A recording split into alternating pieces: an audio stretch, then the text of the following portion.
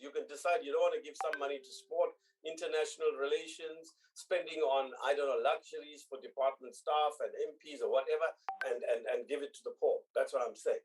So the whole budget, not just financial affordability of the 350.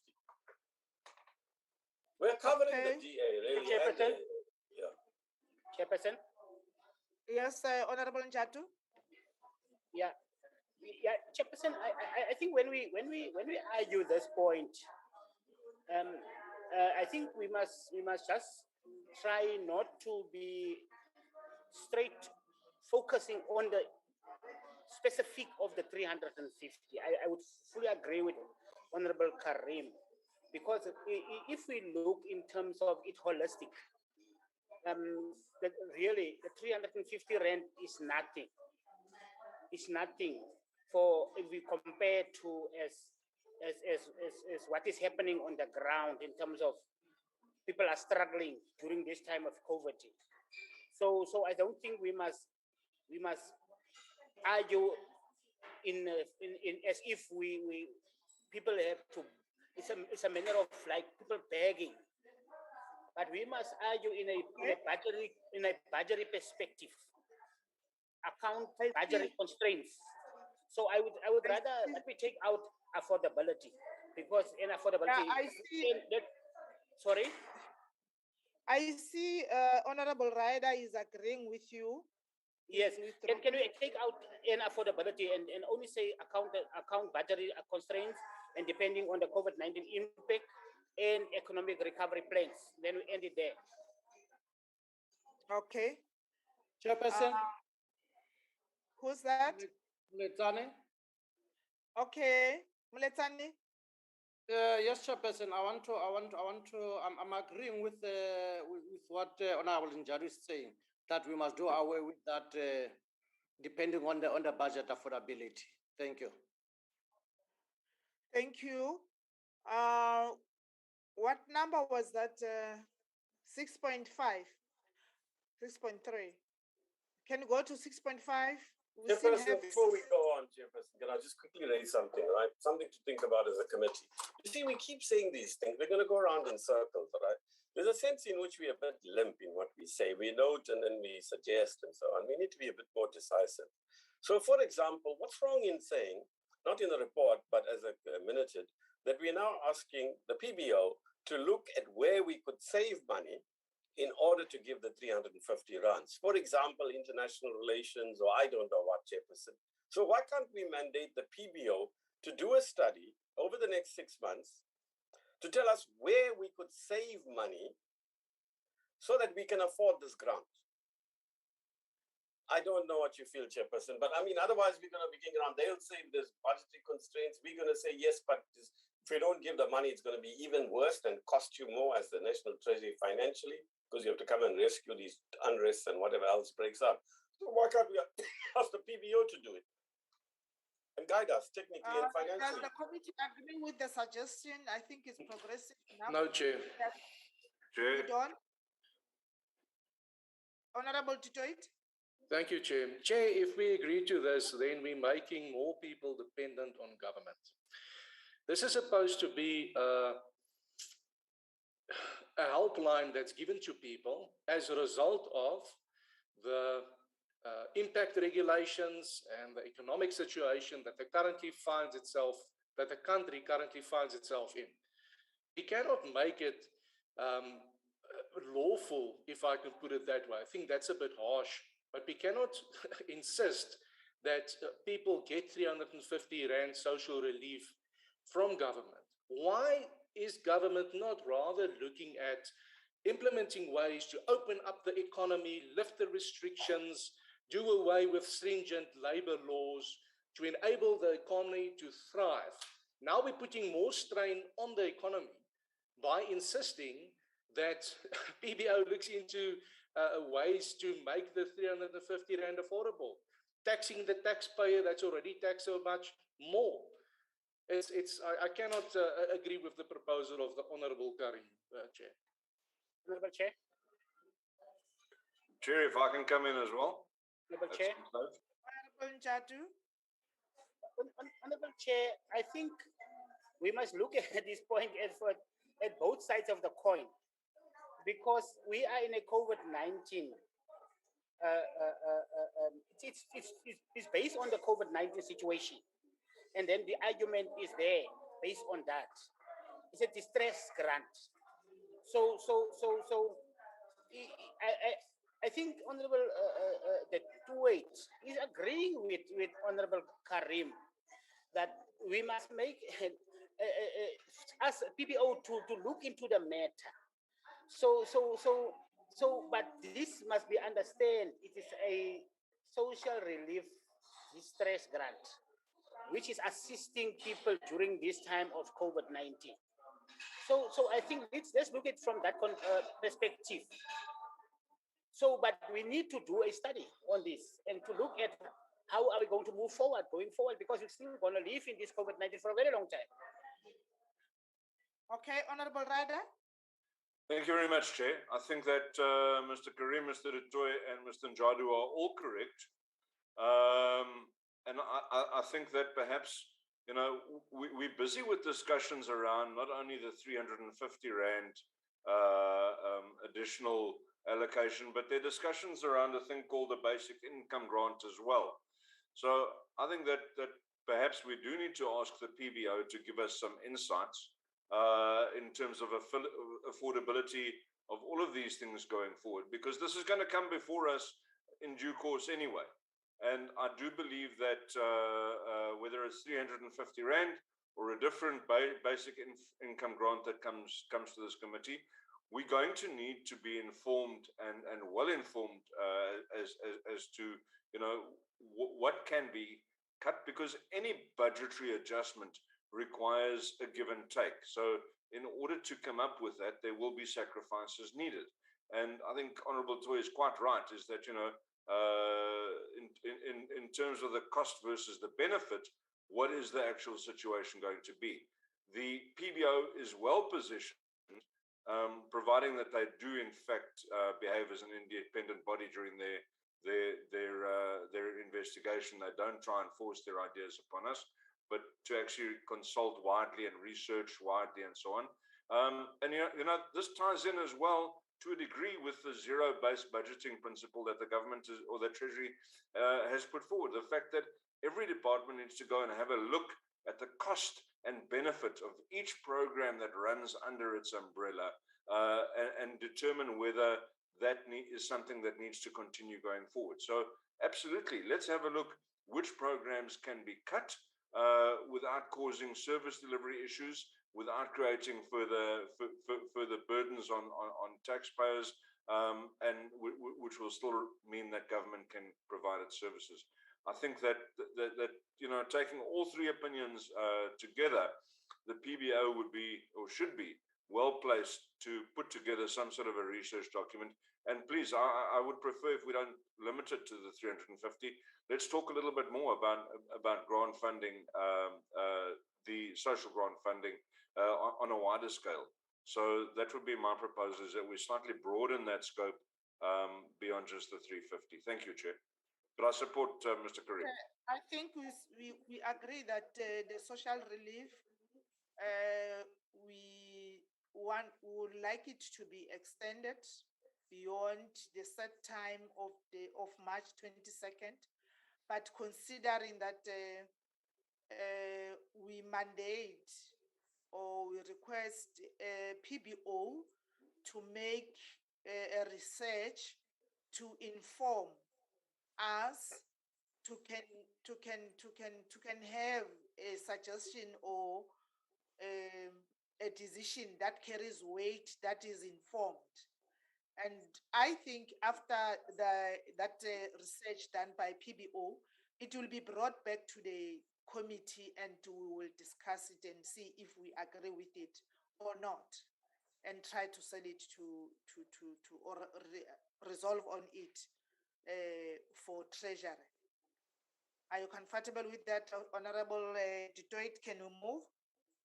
Chairperson, can I just come in? I'm not comfortable, but it's obvious that I'm the minority voice at this stage. The short and the long is that currently the country is being misled with what is going on at this stage with regards to COVID, etc. I mean, more people are being murdered on a daily basis in South Africa than people that pass away from so-called COVID-related diseases or that.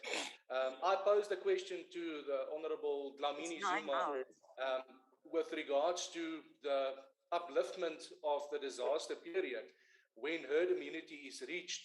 I asked her if herd immunity is reached in the country, will the disaster period be stopped?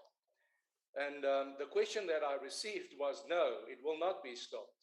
So, I mean, this is a carrot that's being held in front of so many people's noses, and it's evident that what government is currently doing is making more and more people dependent on government and worsening the state of living for everyone in the country, and then soothing those wounds with ointment of 350 Rand. I'm not being inhumane, Chair. I think if there's someone that understands how hungry people look, I'm dealing with them on a daily basis. I do have a heart for people, but what government is currently doing is making more and more people dependent on government. And government is creating this situation. I cannot approve for the 350 Rand to be implemented, and we must go with the 350 until the end of time, whilst government is creating a situation where people are being more and more dependent on this. I strongly suggest that this committee makes a suggestion to PBO and to government and to Minister Dlamini Zuma to go and see if it is necessary to have the stringent regulations that we currently have. And then to the Department of Labor, the Minister of Labor, to see if the current labor regulations is necessary. What must we do to open up the economy? All of you, I hope, have seen the report and the response from the IMF with regards to what's currently going on in South Africa. Government is slitting the throat of the people, and I cannot just go with it. I cannot support this, Chair. Okay, Honorable Karim, you are going to be the last one on the matter. Yeah, firstly, obviously the Freedom Front Plus is entitled to its views, right? But firstly, I don't think anybody in government or parliament or the political parties wants people to be dependent on a nanny state. We are where we are. We, as the ANC, must take responsibility for that. I agree. We're the governing party. We're the majority party in parliament. So we agree. Obviously, we want the economy to grow, jobs to be created, investment to come in to create those jobs, and we want employment. Nobody wants to be dependent on grants. Well, most people don't. It's dehumanizing, and it doesn't allow them to fulfill their potential. The first thing is grow the economy, create the conditions for that, get investment, get jobs. We all agree.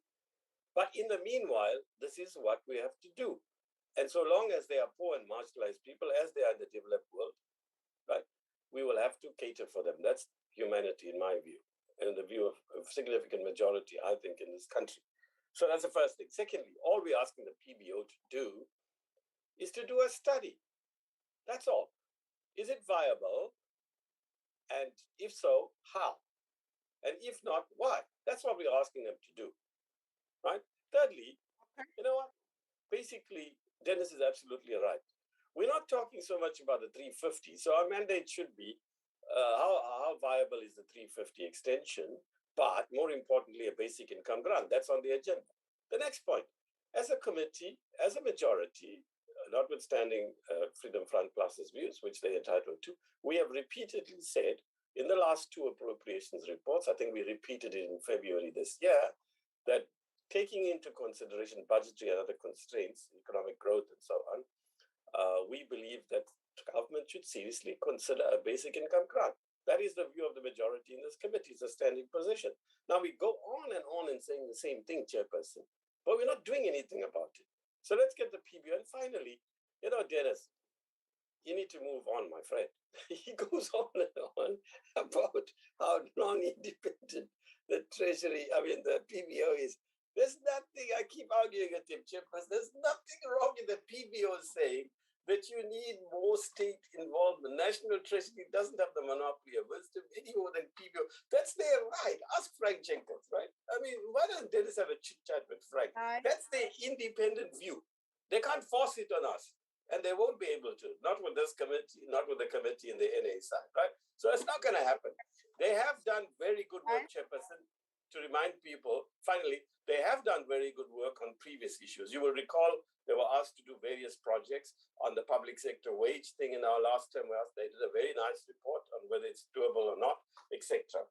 And how you manage public sector wage bills with other considerations and how they do or do not contribute to the growth of the economy. So they did do a very good project. You will recall, Chairperson, we had to consider it. Thank you. Thank you. I think we agree based on the majority of the members in the committee that will request the PBO to do the study. 6.5, Honorable Ryder, please members note the time.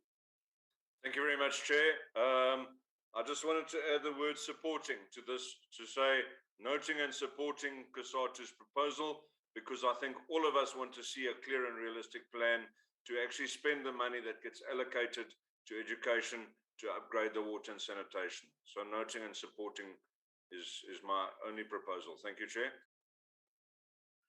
Can I hear from other members with that addition? We note and support. Honorable members? Agree. Yeah, Chairperson, I think we support, Chair. Okay, thank you. 6.6. Thank you, Chair. Chair, I think that broadly, probably this is something that we all really agree on. But I want to come in and make a point and say that this is a very broad stroke that we're putting out there.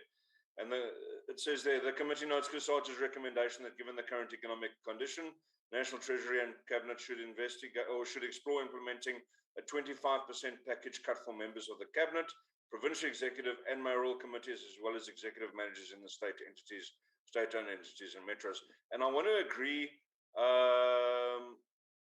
with that, but just to emphasize that last line where it says metros, because the reality is, Chair, if one considers some of the salary offerings that there are for executive managers in the grade 3 and even 4 municipalities, the difficulty with attracting good staff to the grade 3 and 4 municipalities is extremely limited, because one finds that that is not financially attractive to suitably qualified people, and they would earn more in the private sector. So I do want to state specifically that the lower grade municipalities, and the same goes for mayors and MMCs in those grades, 1, 2, 3, 4 level municipalities, they're not well remunerated considering the levels of responsibility that they're given. And I don't want an across the board thing that affects all municipalities. I want it to be specific only to metros, Chair. Thank you. Can I hear from members on the proposal?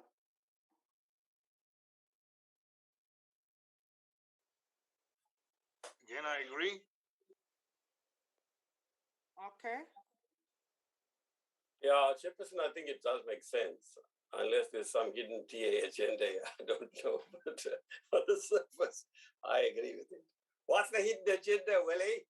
You jumped up to support it, and what's going on here, Dennis? If Willie hadn't come in, I would have thought, okay, it's fine. But now there's a heavy agenda here, Chairperson. I don't know what it is, but it's fine, Chairperson.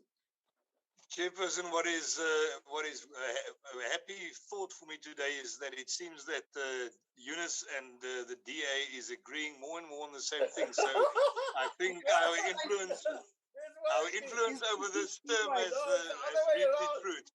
No. Chairperson, Okay, so the agenda is it's the other way around. They are being okay.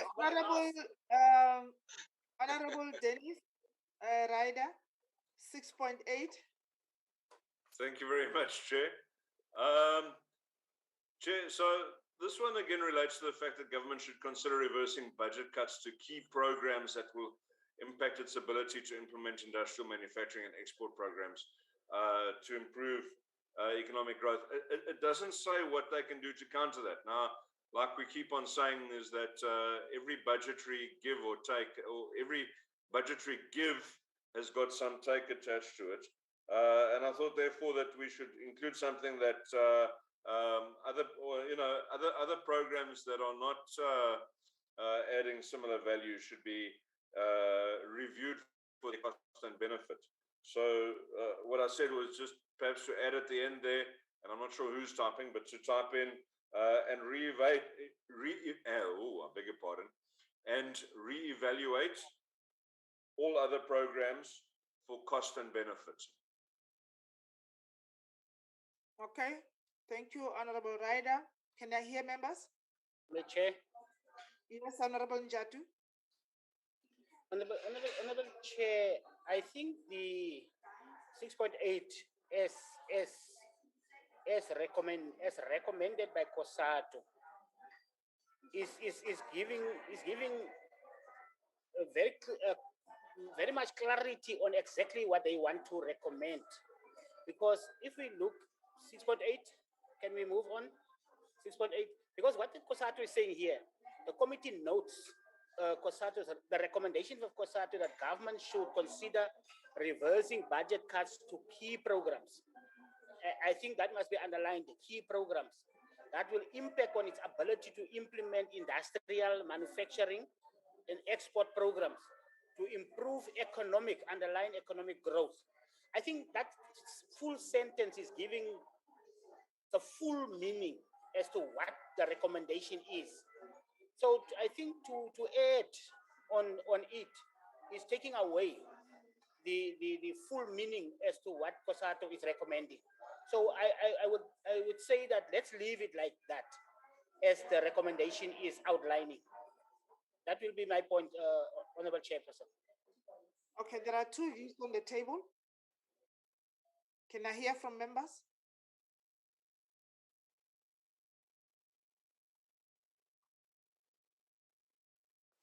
Chairperson, I think Mr. Njadu does cover them really. I don't have a strong view either way, Chairperson. Maybe you can just guide us. Okay, I see on the chart, Honorable Ryder is asking where will the money come from? But then we have had an engagement with COSATU in as far as this is concerned.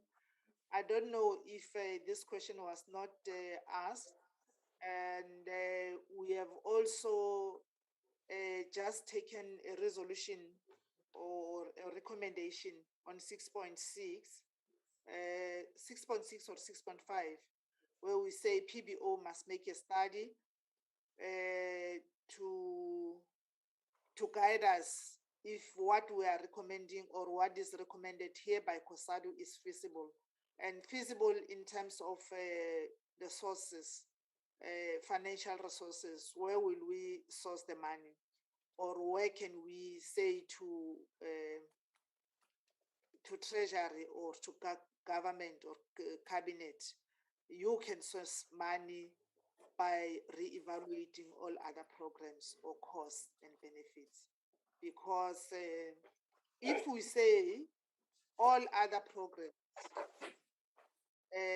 then we will remember the issues we have raised when we were dealing with the Division of Revenue Bill and the Amendments Bill, whereby we were complaining that these monies cannot be shifted from, we raise more on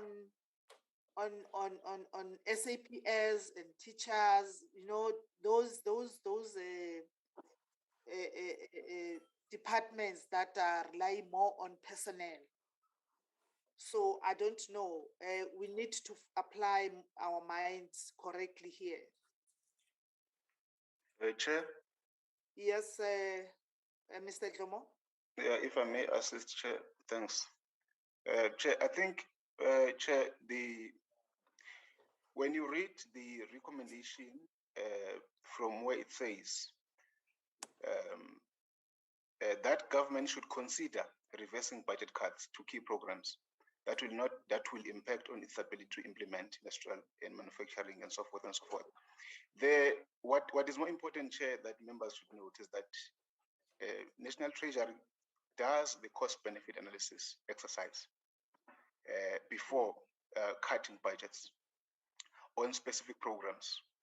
However, I must emphasize, Chair, that there is a specific criteria that National Treasury follows to actually identify programs where cuts can be made.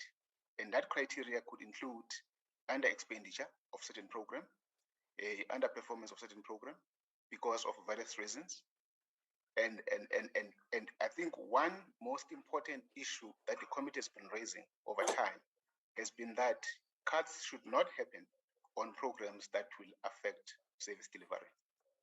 Equally so as the ability to implement these programs that are outlined here is also important. But I just wanted to speak on the evaluation, on the point that is raised by Honorable Ryder, that there's a need to re-evaluate all other programs for cost benefit. To say before budget cuts are done, which is covered on the recommendation itself, those cost benefit analysis are actually conducted on those specific programs where budget will be cut. Thanks, Chair. So including the last part that Honorable Ryder is raising, it really would not make any impact as far as the recommendation is. Yes. As far as the recommendation is concerned, because that cost benefit analysis is actually done before the cuts are done. Cuts are not just done, Chair, willy-nilly. They are done following a specific process, which includes that cost benefit analysis, Chair. Thank you very much. Okay, I think Honorable Ryder, your point is covered in the main recommendation. Can you move to? It's now 17 minutes past 9. Can you go to 6.8?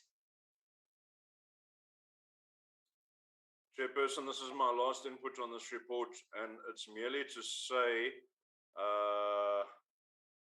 whoops, it was 6.9 that I wanted to comment on. Oh, it's 6.9. Yeah. Okay. And Yes, it's 6.9 and 7, remember? Yeah. 6.9, Chair, I note that the wording has been changed from the draft that was given to us as well. The draft said that the committee agrees with, and I see it now says that it notes. So I'm covered on that. Thank you, Chair. Thank you. We are now moving. Anything that any member wants to raise before we go to 7? Let's go to 7. Chairperson. Chairperson. Okay. Estelle? Thank you, Chair. Just one matter, if the committee agrees or not, I just want to raise it. We discussed it before between Lubabalo and Pelelani and myself, that the wording of those, I think it's from 6.6 onwards. 6.5, the committee notes and supports, and then we say that it should be followed up. But 6.6 onwards, up until 6.10, the committee is noting. So in effect, the committee is not recommending anything. So our view, Lubabalo and myself's view, was that these actually need to be located under findings and observations, because there's no recommendation of the committee, where Pelelani's view was if it's under there's no obligation for the executive to follow up. So Lubabalo and I would like to just propose, if the committee doesn't agree, it's okay, that we move those 6.6 to 6.10, where we say the committee notes XYZ, we move it to findings and findings and observations, and then we add one recommendation to the effect that National Treasury and these relevant departments should follow up on numbers 5.12 to 5.16 above and report back to the committee within, say, 6 months or 3 months or whatever. We just, Lubabalo and I was just concerned, we were trained very strictly that recommendations must be recommendations. If we say the committee notes something, then the committee is not recommending, then it's just a finding. Okay, I think you're correct, because that will also help us to can follow up and do our oversight, to hold the executive accountable on our recommendations, and that will be resolutions if the report is adopted in the House. Do members agree with that? Definitely agreed, Chair. Agree, Chairperson. Okay, 7, Honorable. Chair, before you go to 7. Yes, Vamo? Yes, Chair. Yes, Chair. I just wanted to remind Mr. Karim that on 6.12, there are some few issues that he has raised to rework that particular recommendation. I just want to remind him to actually send us those 2 paragraphs that he has raised, because we could not capture them as he was speaking. Chairperson? Yeah. Which one, Jomo? Yes, on 6.12, Chair, there are paragraphs that Honorable Karim has added as part of the recommendations to rework this 6.12. So I would like to remind him to actually send us that rough. He said it's rough, it's still rough draft of those paragraphs, so we can rework them and modify the recommendation as such. Thanks, Chair. Chairperson. And it covers what Honorable Ida have raised. Yes, Chair. Okay, Honorable Karim. Yeah, firstly, I got cut off for a while, so I don't know what happened. It reconnected automatically.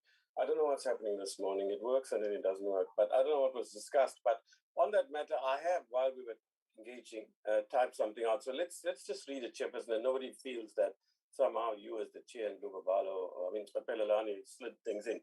So, basically, I think that what we want to do is separate gender budgeting and gender mainstreaming. That's been there since, 1996, you'll recall.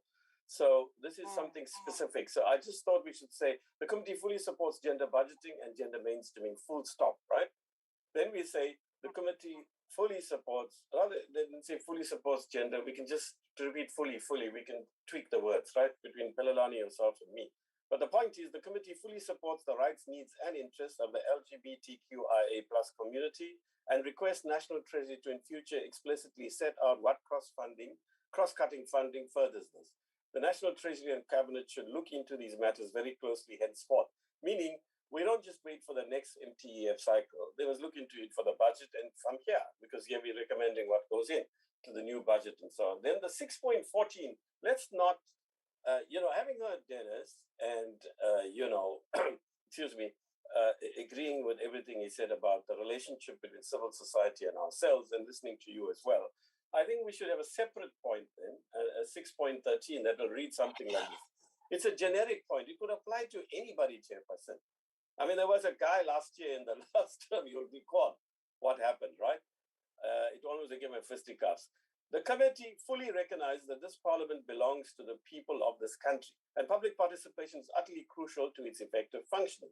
Whilst the committee welcomes and encourages civil society to engage robustly with us, this has to be done in a way that is consistent with Parliament's rules, norms, and procedures, and with the necessary decorum.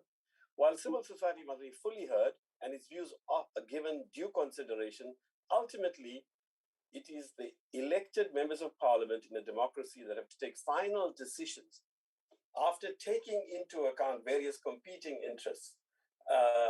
And that's all. You see, Chairperson, can I just suggest something to the committee, in case some of you may not be familiar with this? There is a school of thought, and I must confess, I also, when I was a student, Chairperson, believed such things, right? Although as you get older, you get more sedate and more practical. And as you get into power, so to speak, from 1994 onwards, as a majority party, you realize that many things you had idealistic views about in the 1970s. And that was the heyday, remember? Chairperson, you and I I can't think of the student uprising in Paris and elsewhere, and the national liberation struggles triumphing in the developing countries and social democracy and what have you. So in that milieu, what we had was a view which I know at least one of them does share or did have at least 15 years ago, which is that people from below must shape policies, right? It's the whole idea of the people's commune from below. It's actually a non-Marxist, anarchist left-wing view that, parliaments and political parties are inevitably oligarchic and authoritarian. We were told we're disgusting and all that. That seems to fit into that. I can't speak for them, but they have a view, and that's what, we must understand them, actually. And why not agree with them? They feel that, this is it's like a constituent assembly for them, I think. At least one of them, I think. I haven't spoken to the person in 15 years, Chairperson. That seems to me an explanation. It's not just a matter of attitude or style or insistence that my view gets agreed to, no matter what's happening in Parliament. It's actually a disdain for, I think, the Parliament, not necessarily them, but there's a view and thinking that I've come across, and I must say, Chairperson, to some extent, I did share those views in the 70s at least, right? That you don't have like a parliament, you have people deciding for ourselves, the Paris Commune idea. That may influence partly what they did, right?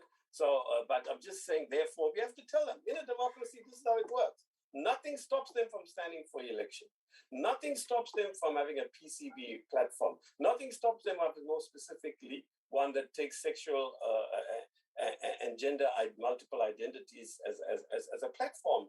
I mean, it's happening in Europe. So, in short, let's deal with civil society generally. So that's my idea. I can send the text to all the members. Thank you. Yeah. Can I suggest that you send the paragraphs to Lubabalo and Jomo? Right. The suggested, I think we have had the content and we are not dismissive. We agree fully with the content as you present it. Thank you very much, Honorable Karen. Honorable Dennis Ryder, it is now 26 minutes past 9. Sure, Chair. Just on the conclusion, my only inputs were that the Democratic Alliance is going to reserve its position at this stage, but I do want to say well done on a comprehensive and well-compiled report. Thank you, Chair. The contradictions that you were talking about. Yeah, Chairperson, point of order. Point of order. How can you say point of order? How can you say, Chairperson, you have to take my point of order? I'm working within parliamentary rules. Okay. Point of order. I'm not there Does yet. Parliament allow a member to be so contradictory? Is it allowed in terms of the rules? I'm not there It's a very yet. good report, but I have to reserve. Yeah. Honorable Karim, can I call for a mover of the adoption of the report, please? Before we move, Chairperson, sorry, Chairperson and Honorable Karim, there is a hand from Honorable Detroit Chair. Sorry about that. Yeah, now I'm calling for, maybe he wants to come after it has been adopted. I usually start with the adoption. I will come to you, Honorable Detroit. Can I get a mover? Honorable Karim, you're moving. Yes, Chairperson, on behalf of Dennis, who can't actually move because his party says he has to reserve, but I'm doing it on his behalf. Thank you. And thanks for the good job to both of you. Now I see the agenda. Can I get a seconder? A second, Mama Rakhane, second. Thank you, Honorable Mama Rakhane. Can I get a view from Honorable Ryder? What were you saying? We must know. The Democratic Alliance definitely reserves its position on this one, Chair. Thank you. Honorable Detroit. Thank you, Chairperson, we definitely understand. Honorable Detroit. Thank you, Chair. The Freedom Front Plus reserve our position. Ntate Mletsane. EFF reserves its position, Chairperson. Okay, thank you very much. Can you go to the next report? Honorable members, please, let's try not to talk too much. We have a few minutes left for us to go to the house. The second report, Lubabalo.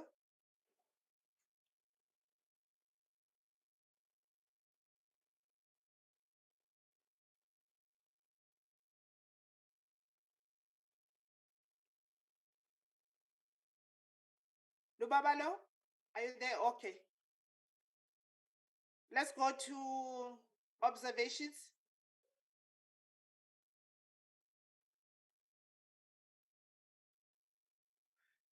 Is there something that you have identified, members, before we go to observations?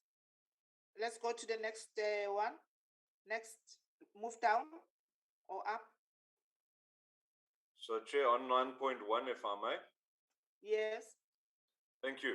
Chair, and maybe I want to make a point before I get into that and just say that, you know, the scheduling of today's House sitting in conflict with our committee meetings when we knew what business we had to do is most unfortunate.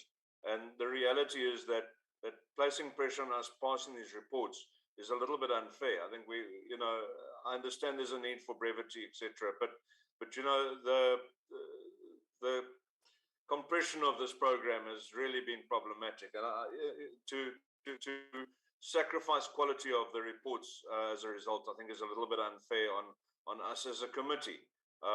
So yeah, having said that, let's get into it, Chair. The majority of my inputs on this all revolve around the same issue, and that is this 9% of the national fiscus that's allocated to local government, and the move of it to 9.6%. And I'm going to bash on this on several of my inputs, but I'll start with a simple one and just say that this is that the committee welcomes the proposed allocation, blah, blah, blah, and 9.6% to local government over the next 3 years. But we don't think that it's sufficient. And it was generally held across all the parties that we still don't believe that the move from 9 to 9.6% is sufficient. And I thought that that needed to be noted in this paragraph, perhaps by adding a line that at the end that says exactly that. The increase to 9.6%, while appreciated, is insufficient. Is that the view of the committee? Honorable members, is this the view of the committee? Yes, Chair. Yes, Chair, I certainly agree. Who was, I know, Honorable Ocampo, you can't disagree. Okay, thank you for agreeing. Can I hear other members? The TOI supports the proposal, Chair. I'm not so, I don't know, I'm not so clear as to exactly what Honorable Ryder is the context. Honorable Ryder is speaking about the 9.6%.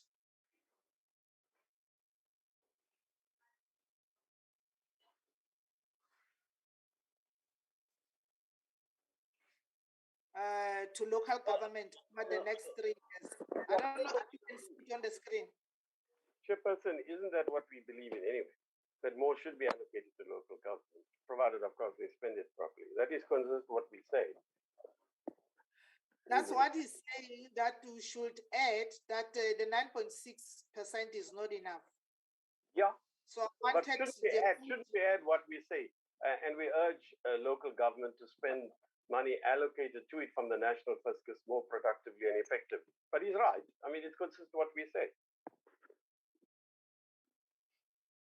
Honorable Njatu, are you on par now? Yeah, as the sentence, Chair, as the sentence is here, putting that 42% to provide and 9.6. What's happening now? Okay, 9.6% to local government over the next 3 years. I'm happy as it is now here, Chair. Okay, let's move. Chairperson, Muletsane. Muletsane. Yes, I agree with Honorable Ryder. 9.6% is too little. Okay, let's move. Thank you. Let's move, Ulbabalo. Chair, before you move, we will add I just need clarity, Chair, so that we can, for the sake of scriber, to okay. Yeah, to scribe. We'll add that input on the second part of the paragraph, which start by saying the committee further notes that the transfer to provinces and municipalities will grow below inflation. I suggest that we add that in that second part of the paragraph, say the committee feels that the 9.6% increase in local government is still low. And also further note the transfers to provinces and municipalities, and then and so forth and so forth. But I think it will make sense if we locate it there. Thanks. Okay, I think it does make sense that you captured it correctly. I'll send it to Esther. Sure. Yeah, I agree with that, Chair. Okay, let's move to Babalo.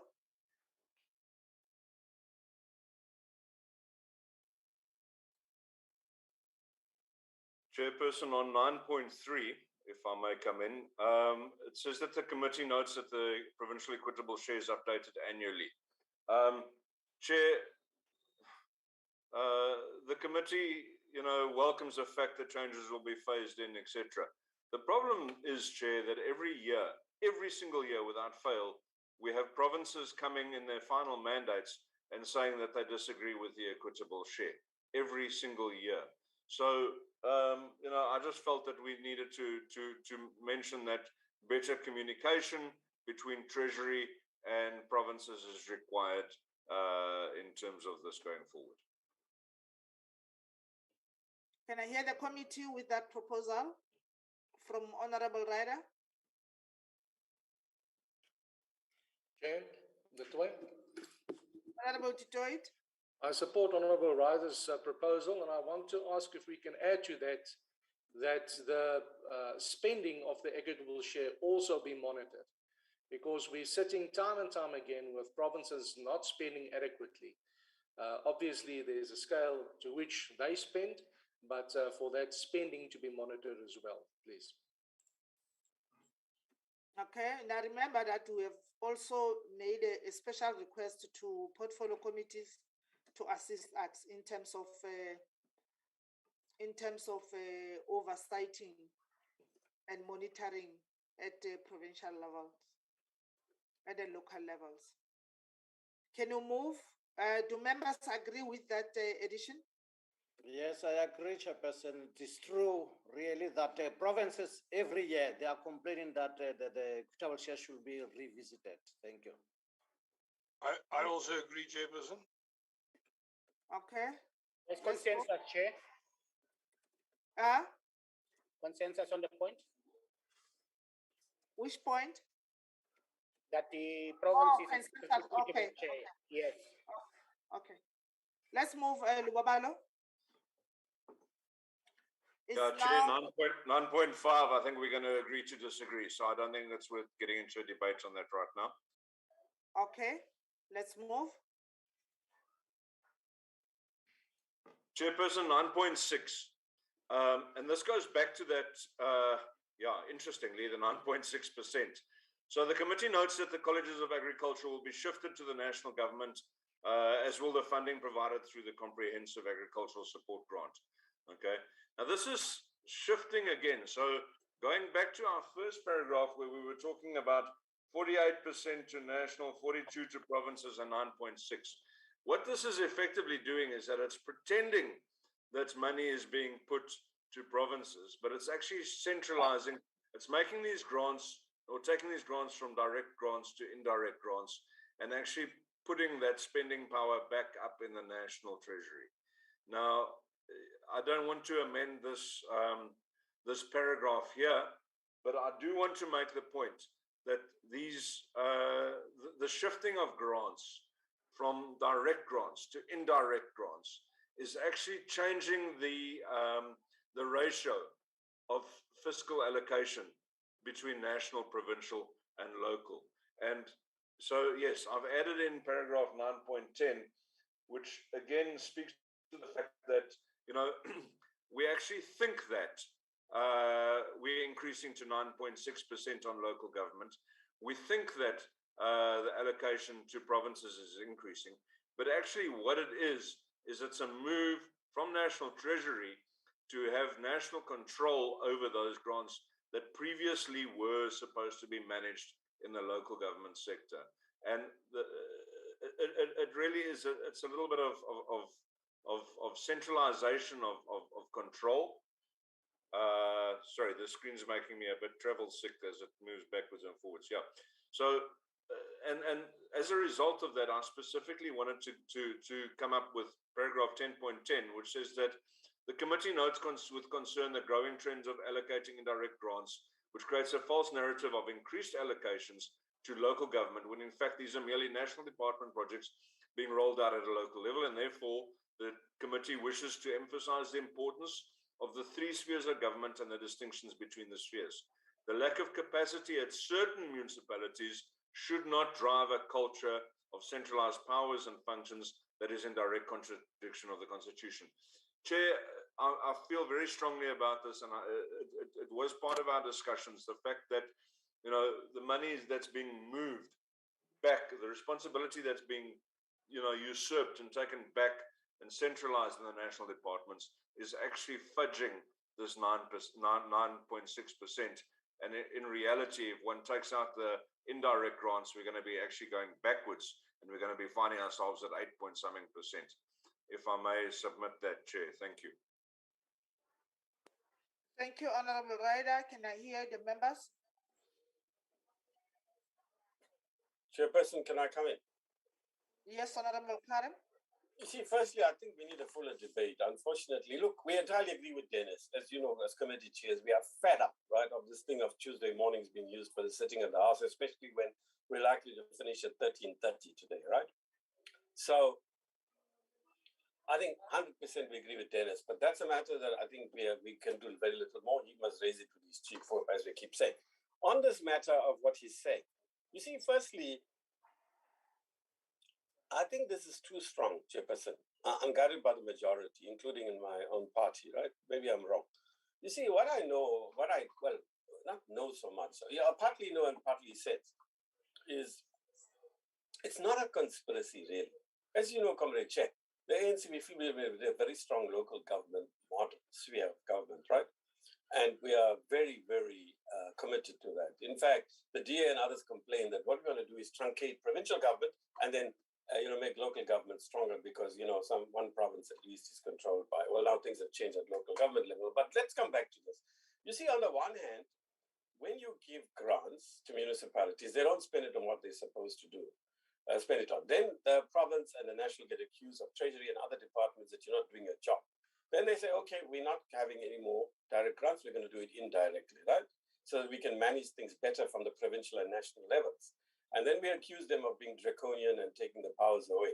I think we need a softer formulation for this. We need a further discussion on this with Treasury. I would suggest, Chairperson, it's late now. I'll live with this. Something like, I can't think immediately, but, we got good drafters there in Pelelani and Estelle and Lubabalo. Something like, if we agree, we are concerned about the growing trend, which creates a false narrative, fine, right?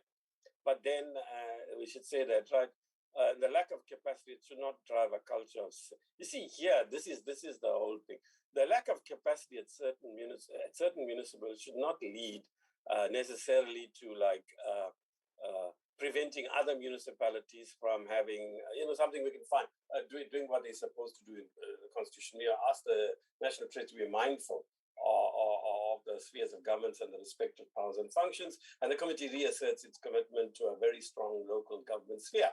But now to talk about a culture of centralization of powers and all, it's a culture. In other words, you're saying it's a way of life. It's the way National Treasury sees itself in the next few years or in the longer term. I think it's rather harsh, Chairperson. Dennison may be right, Chairperson, but then if they are right, then we're all on the same page. We have to fight the Treasury and the Executive. But I don't think it's going that far. I think there are practical reasons for it. I think there needs to be a softer version of what's here. But you know what? Fine. If the majority agree with this version, I'm cool. Thank you. Honorable Njatu, are you fine with this? Chair, on this point, I think when we put this point in the report, is that I think we need then further to say that we will have to get an assessment on the direct and indirect grants, so that we have a holistic report in terms of, so that the committee also have a clear understanding as to exactly the impact and how National Treasury is looking at the impact of the direct and indirect grants and where departments and provinces and municipalities would need support and how this matter need to be dealt with. So I would then say let's say that we also have an assessment on this matter. But I will agree that I don't think it's really to say that it's a centralization of powers and functions. So I think that one is not really, it's not so good. Thank you, Chair. What do you suggest we do, Honorable Njatu, on 10.1? Yes, we are consensus on this point, but need also an assessment on the holistic of the lack of capacity of certain municipalities should not drive a culture of centralization of power and functions that is in direct contradictions of the constitution. I heard Honorable Kariman was trying to input on this one. He spoke of lead the taking away. Yeah. So we are fine with that addition. So we delete the drive. Honorable members, Honorable Karim, is this how you wanted? Well, we can work on it. See, I see what Dennis is saying. I think we should say that we are concerned about an increasing tendency and so on. But we can't say it's like a culture of things like that. That really is going too far. It may well become that, but we have to fight it. I mean, I myself, Chairperson, as you know, I've been a local government activist throughout the 80s, right? That was my main sphere of activity. So, I mean, really, and I chaired that committee, and I was once a DM in Copta. I also want to agree with these things. What I'm trying to say is that I don't think there's any differences between what Dennis is saying and we're saying. Simply, we need further discussion. So we should say the committee would like something like, we should also say the committee would like this matter to be discussed further with National Treasury we can't do it before the budget, but in the first quarter of next year. A considered discussion on this issue in the first quarter of next year. When we process the appropriations budget, we should hold them in here before us. Dennis and them are free to say what they want to say. So would I, so would IEB, or so would UB, and all of us. We don't want what Dennis is saying to happen. Only we don't think it's right to say it right now. Let's engage with them. There are some things that they're doing in taking over some of these monitoring roles that we have ourselves asked of them and the province. Thank you. Can we delete the other part below, please?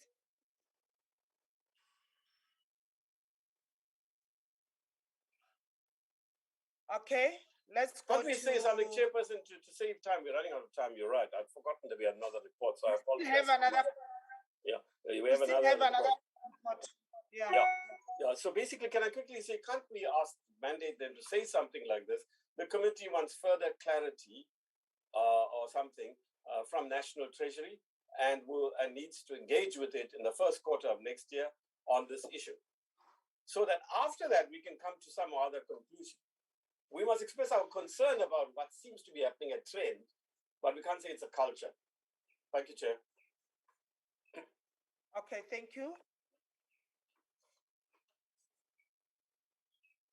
Don't forget to delete those question marks, or it's just something to remind you to make those additions.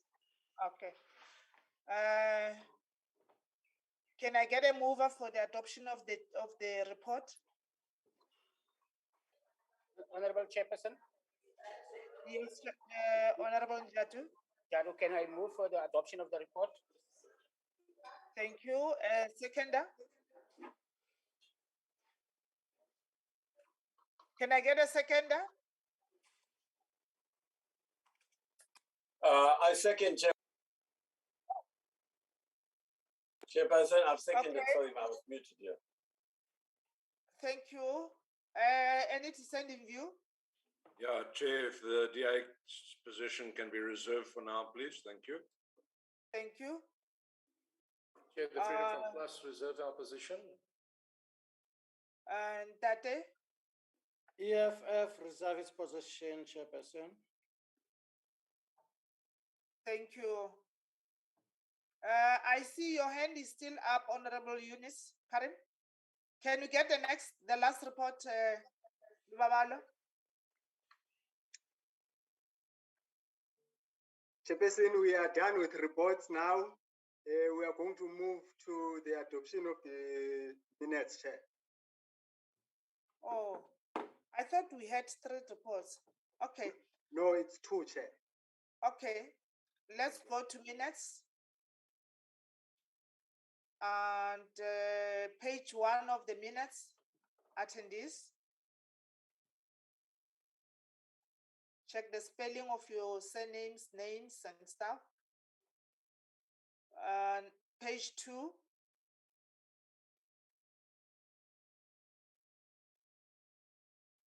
Still under attendees. Page 3.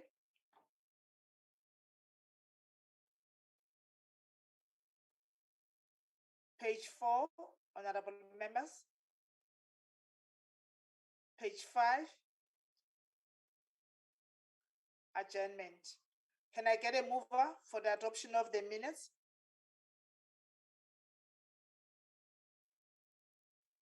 Chairperson, it's Dennis, if I can come in.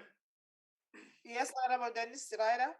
Thank you very much, Chair. Chair, yeah, before I move, and I will move for the adoption of the minutes, I did note that following up on this, that Mr. Njadu had a few things to say about the, in his debate the other day, about the negotiating mandates. And he actually quoted from the bill that covers the negotiating mandates. And it's the act is called the Mandating Procedures of Provinces Act 2007. I do want to just make the point that he quoted selectively from that. And on voting mandates, if you look at paragraph 8.2 of that act, it says that it makes it clear that the select committee can have other matters that it deliberates on, which may, inform the province's mandates a little, or may differ a little bit from the province's mandates. So, Honourable Njadu, please read the full act, and then we can continue this debate in the new year. Having had that little side swipe, Chairperson, I move for the adoption of these minutes. Can I get a seconder? I'll second, Willie. Thank you, honorable members. For those who are local, let's rush to the Chairperson, there's one set of minutes. The last set, Chairperson, on the screen. last set. On the screen, Oh Chair. no. Oh no. Finance is the first item. Okay. No, Let's no, go. Chairperson, it's not the first as far as I know. Oh, it's high. Yeah. Okay. And it takes us Let's 1 minute go. to switch over, Chairperson. We're not driving. Oh, You are not driving. you're We driving. are Sorry. physical. Oh, okay. Oh.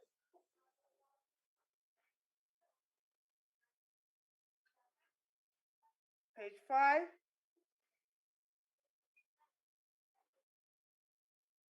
Page 6.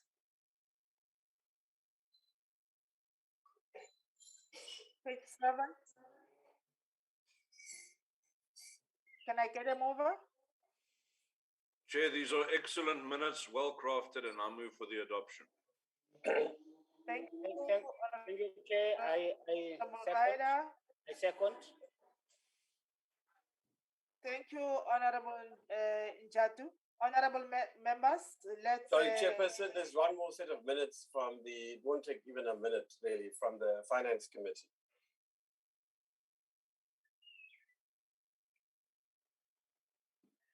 Are you serious, Honorable Karim? Yeah, we asked for that. I spoke to Nkululeko. Didn't he speak to Lubabalo? I didn't raise it with you. I'm sorry. Right, there's the minutes. Yeah, there's it on the screen, hopefully, but basically was sent out to members. We considered the adoption of the committee's reports on the 3 tax bills. And basically, it was moved and seconded by those people. And the reports have been tabled there. And then you got the last page. It simply says, I thank all the members and staff the chairperson did for their dedication and hard work throughout the year. That's all. Can we have a mover and a seconder? So we don't have to do this next year. We're done. This is our last Yes, set of minutes. Chairperson, the minutes are correct, and can I They're move very on? brief. They Can I simply move say, we had the meeting, we voted on the bills. These are the people who have moved and seconded. Can I And then move the on? chairperson thanked everybody. Yes, okay, you Can I move. move Seconder? adoption, Chair? I adopt. I move adoption, Chair. Seconder? There's no seconder. Oh dear.